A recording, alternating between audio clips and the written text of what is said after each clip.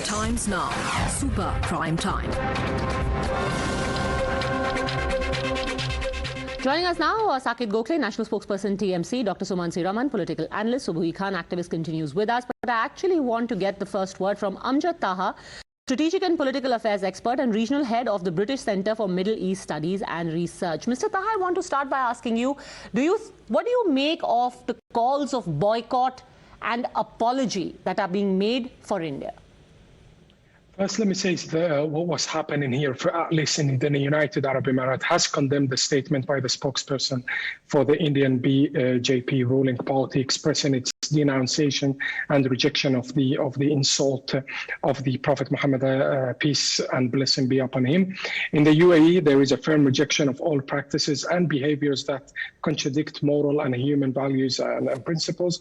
But what I think what's great is that what we saw, the Indian ruling party, BJP, on Sunday suspended the spokesperson and expelled another official after insulting a comment they made, which led to the protest all around the world.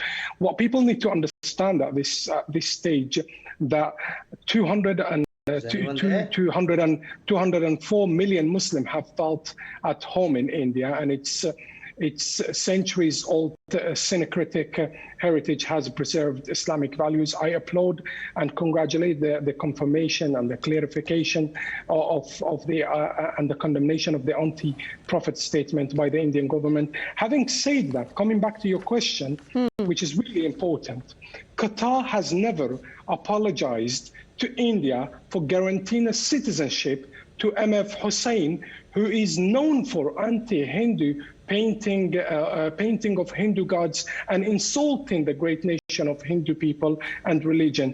Equally, as much as we stand against Islamophobia, we should also stand against Hinduphobes around the world. Why didn't the media, for example, condemn what the editor of Qatar Al-Watan newspaper said? I'm quoting him again. He said, speaking to the Indian people who built all the football pitches in Doha, this is why his country is hosting the World Cup 2022. He said, I'm quoting him, the editor of Qatar Al-Watan newspaper, he said, Indian people are the dirtiest people as much as their religion. Now I'm quoting, this is his account, and this is his tweet, right? Here, we can see his tweet. This is what he said about the Indian people. Why didn't a lot of media condemn? This is why we can understand why the brave nation of India is calling for the boycott of Qatar Airways. We strongly understand that. Okay. And the question is, why a lot of activists, for example, the Muslim Brotherhoods in Kuwait, they went on silent mode when the government of Gaza, the militias in Gaza, killed today a 61-year-old Muslim. Okay, so let's unpack this one by one. Mr. Taha, I just put you on. I just request you to stay with us for a second. Let's unpack this and get the first reaction. So basically, you are saying that while it was a thoughtless and an offensive comment, but to call for a boycott is short-sighted at best and people trying to create trouble at worst. Sakit Gokhale, respond. Hi, thanks, Ms. Joshi. I completely agree with the fact that calling for boycott and attacking innocent Indians, and that is completely uncalled for, because they are not responsible. It is not the Republic of India that is responsible for what was said. It was the spokesperson of one political party, which is the ruling party.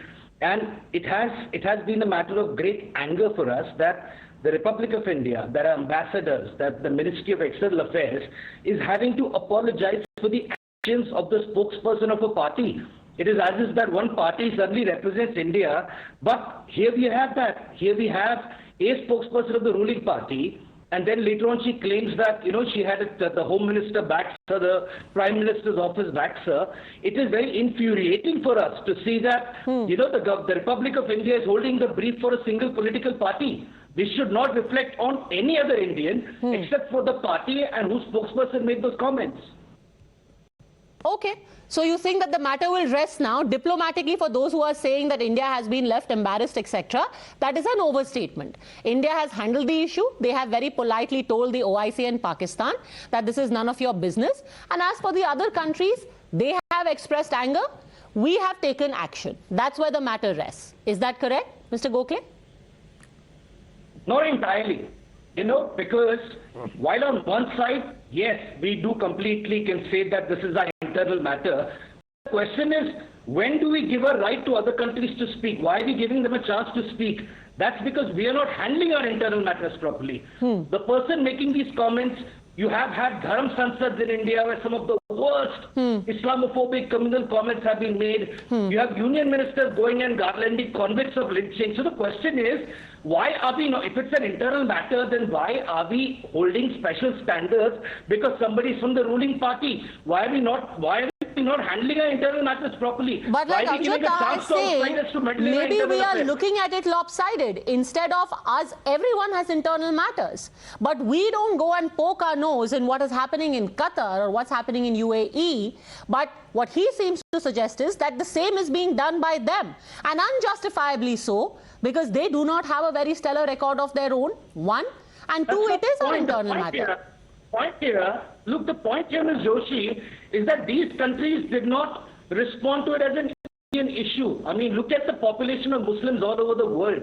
What this individual, this BJP spokesperson said, ironically on your channel, by the way, the remarks were made, what she said was offensive to Muslims all over the world. It's not that, it was offensive only to Indian Muslims and not to other countries. And therefore, that's the reason these countries spoke up. But the bottom line is, if you're going to call it an internal matter, if we say that action has been taken... So by that very definition, it can't be an internal matter, right? Then it's a matter of a faith. And that faith extends across the country. Across the world, pardon me, then it cannot be an internal matter, because you're essentially saying that Islamic countries reacting to an Islamic issue, not so much an Indian issue.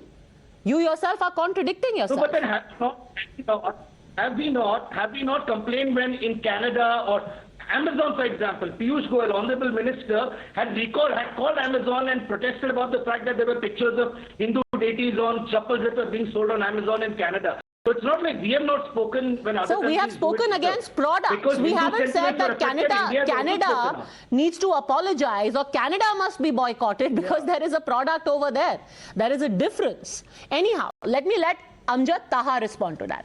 Amjad Taha, is this going to dent the relationship that India has? Because of a political or internal problem, we are having diplomatic backlash. Amjad Taha.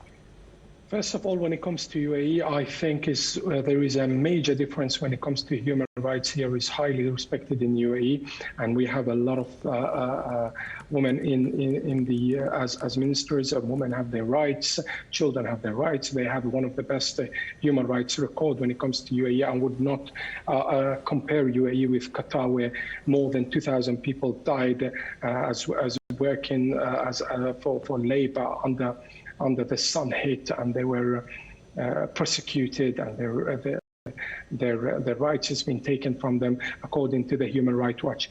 However, coming back to the point, it is really hard when it comes to Iran, which executed 2,000 people this year. No one spoke about it from the rest of the Muslim world. They did not condemn it, but they do condemn a tweet. It's really hard to understand such a perspective, but however, there is a need to respect the religious symbols and not violate them. And as it is important to confront hate speech and violence, it is important to strengthen the shared international responsibility to spread the values of tolerance and human coexistence, while preventing any practices that would inflame the emotion of followers of the different religion. Okay, so essentially what you're saying is that this is not born so much out of a concern for the condition or the rights of Muslims in India, Sumansi Raman, but more about people trying to fish in troubled waters. Like he said, the same concern is not there for what happens in Palestine, for what happens in Iran, for example, but India suddenly is bombarded. Dr. Suman if I can comment okay, yes, last 30 seconds, Amjad Taha. Yes, then Dr. Suman Siraman. If I can comment on that very quickly. I think even the opposition in India, they tried to use this. It's almost a political game rather than a religious perspective. Yes, we understand the emotion, but the ruling party, they expelled the people who tweeted or made such a statement, and this should be it. And okay, condemnation can be understood. The boycott of the Indian people for the Qatari Airways, also we can understand it, because in the end of the day, equally, as much as we stand against Islamophobia, we should also stand against Hinduphobes around the world. Dr. Sumansi Raman. Padmaja, first of all, I fail to understand the reason for the reaction of the Indian government. The government of India is not answerable for the speeches made by individuals in this country. Now, if we are going to conflate this logic and say that the government is essentially of one country, is responsible officially. Now, who should be doing the apology, providing the apology? It's the BJP. It's not for the Ministry of External Affairs. I mean, they should have just told these countries, look, this is not the position of the government of India. This is a comment made by a spokesperson against whom action has been taken, and the matter ends there. And forget about, all the examples. But sir, first of all, there wasn't an apology. There was a statement that was made by the Ministry of External Affairs, point number one. And point number two, if it was a diplomatic, if it was a country-to-country communication, then the country had to respond.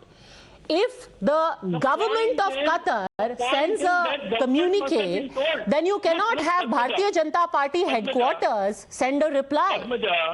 Padmaja, out of the 18 odd countries, I don't know if that number has increased now, who had issued condemnations and statements and so on, the vast majority of them, in fact all except one or two of them, did after the expulsion.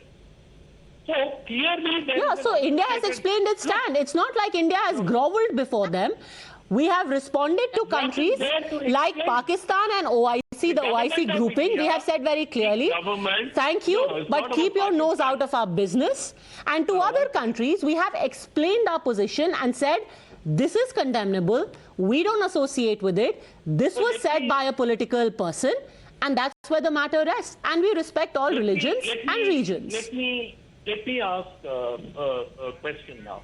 In the UK Parliament, routinely there are certain members of Parliament who speak the most outrageous things, especially with relationship to Kashmir, in the UK Parliament. Now, these are members of Parliament. Now, does India on each of these occasions ask the UK to issue a counter or register its condemnation? I have not seen that. So we I see these comments.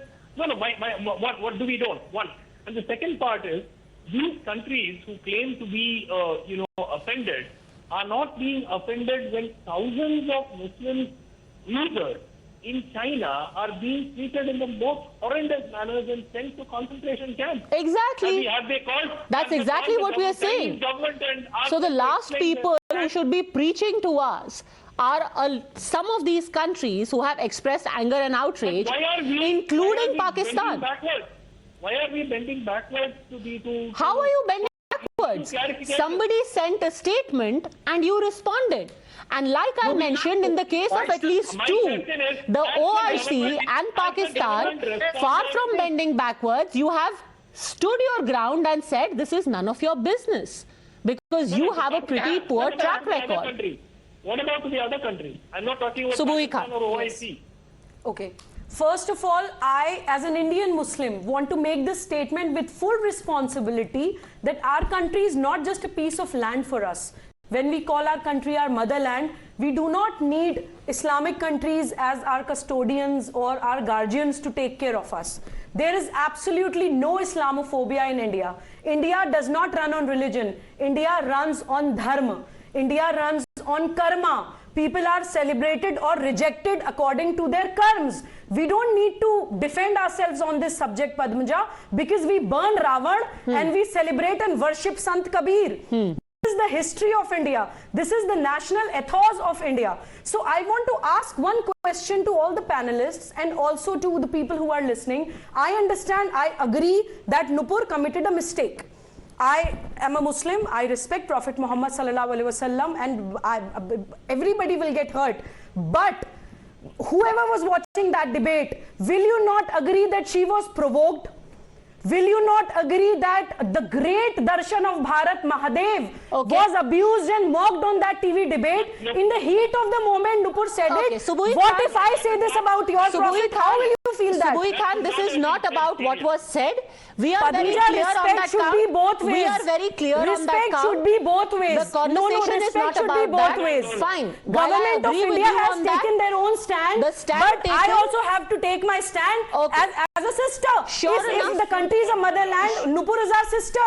Nobody has the right to declare bounty on her head. Uska salam kar denge, you sar are kaat absolutely denge. right over That there. is But wrong. again, let me steer the conversation back to the issue at hand. This is not to discuss the merits of what was said. Our stand on that is very clear, that that cannot be condoned in any fashion. It must be denounced on the other hand. But let me, before I conclude, for anyone who's thinking that India is bending over backwards or that it has groveled before anyone, read out to you what India's actual position was, where they said a statement has been issued by concerned quarters emphasizing respect for all religions, denouncing insult to any religious personality or demeaning any religion or sect. Vested interests are against India. Kuwait relations have been inciting people to use these derogatory comments. We should work together against such mischievous elements who aim to undercut the strength of our bilateral ties. You are speaking from a position of equality, and that is where India stands vis-a-vis our relations. Just as a matter of fact, we are going to have a visit from a very prominent envoy in the next 2 weeks to India. We'll see what happens then. Thanks very much, all gentlemen. Subui Khan for joining me. Thanks for watching.